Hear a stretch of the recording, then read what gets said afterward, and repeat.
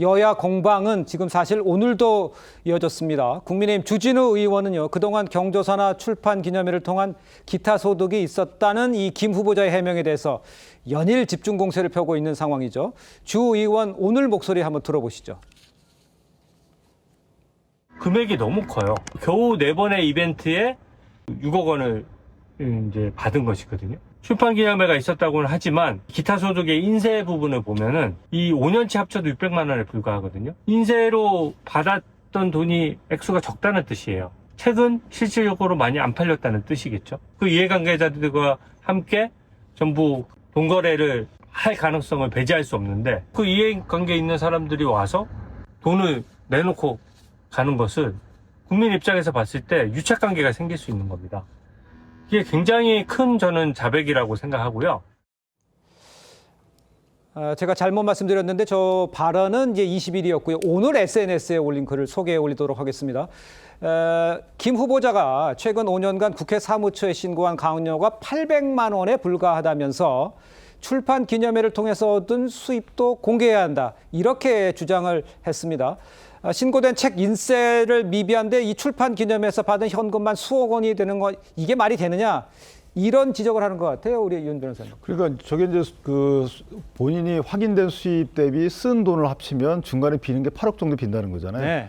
그러니까 이제 그 간에 4번의 경조사가 있었는데 그 출판 기념회 2번 포함해가지고 그러니까요. 2번에서 1억을 벌었다고 1억을 가져왔다고 치고 나머지 이제 2번의 출판 기념회에서 5억 정도가 만약에 수입이 있었다면 이게 있을 수 없는 일 아니냐 이거죠. 왜냐하면 저희가 신학용 의원이라고 이전에 그 신학용 의원이 문체부 위원장일 당시에 출판 기념회에서 뭐 연합회로부터 3천만 원을 받은 것 갖고 처벌이 돼요. 그 뇌물죄다라고. 근데 저 당시에 2020년부터 그때는 후보자가 보건복지위원장이었거든요. 네. 그럼 만약에 그 이해관계가 있는 어떤 단체 등이 거기 와서 책을 샀거나 책 사는데 그 대가 이상의 뭔가를 줬다 그러면 그 또한 비슷한 법리가 적용된다는 거죠. 그러니까 그렇지 않고는 있을 수가 없는 금액이라는 겁니다. 예. 더군다나 책을 갖다가 뭐 비용 없이 책을 만드는 게 아니고 책 만들어서 출판하는데 비용이 상당히 들어가기 때문에 순이익을 따지면 얼마 안 됨에도 불구하고 거기서 뭐 4, 5억씩 벌어간다. 그거 있을 수 없다는 얘기예요. 그래서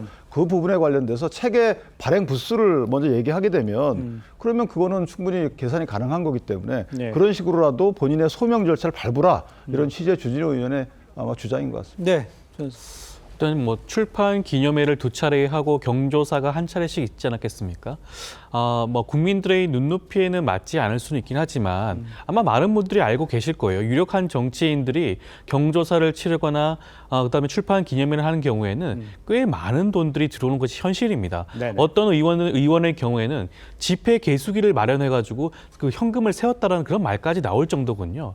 그렇기 때문에 지금 뭐 구태여 김민석 후보자뿐만 아니라 아마 많은 정치인들이 과거 경조사와 출판 기념회 과정에서 현금을 받았을 가능성이 굉장히 높은 거고요. 네. 그 금액 자체가 저는 터무니없이 높은 건 아니라고 보여집니다. 앞서서는 8억이라고 말씀을 하셨지만 지금 숫자 계산이 좀 다른 것 같아요. 김민석 후보자 입장에서는 국민의힘이 주장하는 금액들의 차이는 한 5억 정도로 보고 있습니다. 네네. 그 5억 정도에서 4차례의 그런 이벤트성 일이 있었으면 그 한 각 행사 때마다 1억 원이 넘는 돈이 들어왔다고 한다면 충분히 5억 원이라는 돈을 마련될 수도 있는 부분이기도 하거든요. 예. 그리고 재산 신고에 대해서도 문제를 좀 말씀을 하시는데 재산 신고는 항상 연말 기준으로 그 남아있는 현금액을 기준으로 해서 신고를 하곤 하는 겁니다. 예. 아마 그 연말에 그 남아있는 돈이 없었을 수도 있는 부분이고요. 그렇다고 한다면 이 모든 것도 인사청문회 과정에서 김민석 후보자가 충분히 소명할 수 있지 않을까 싶습니다. 알겠습니다.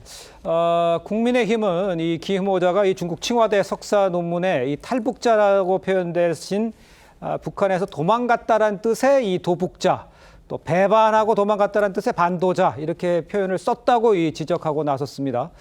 민주당은 철진한 색깔론이라면서 강하게 반박을 했는데 오늘 나온 김현정 민주당 원내대변인이죠. 브리핑 한번 들어보겠습니다. 그러나 이는 중국어 사전을 한번 뒤적여 보기만 해도 거짓임을 금방 알 수 있습니다.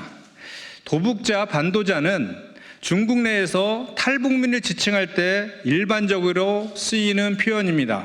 중국판 BBC, 동아일보 중국어판 기사 등에서 도북자라는 표현은 쉽게 찾아볼 수 있습니다.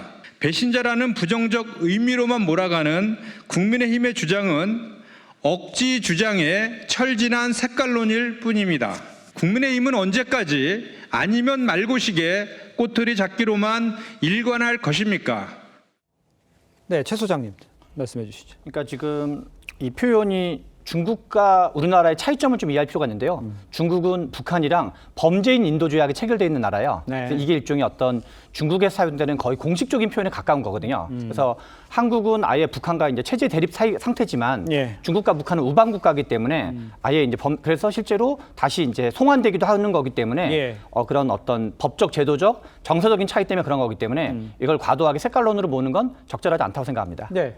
용어는 뭐 서로 이제 다르게 쓸 수도 있고 어떤 정치적 사상적으로 북한을 떠난 사람에 대해서는 도북자라고 하고 경제적인 문제를 넘은 사람은 탈북민 이렇게도 한다는데 아. 그것도 뭐 가려봐야 되지만 가장 중요한 건 이 논문을 쓰는 과정입니다. 네. 이게 논문의 주제에서 나온 용어하고 예. 주제에서는 북조선 조선 도북자 이렇게 나오는데 네네. 감사 말씀에서는 북조선 반도자 이렇게 서로 다르게 나와요. 예. 그러면 그것은 과연 김민석 후보자가 논문을 쓰면서 본인이 주도적으로 다 했고 나중에 검증까지 거쳤는지 그 문제도 별도로 따져봐야 되는 문제입니다. 알겠습니다.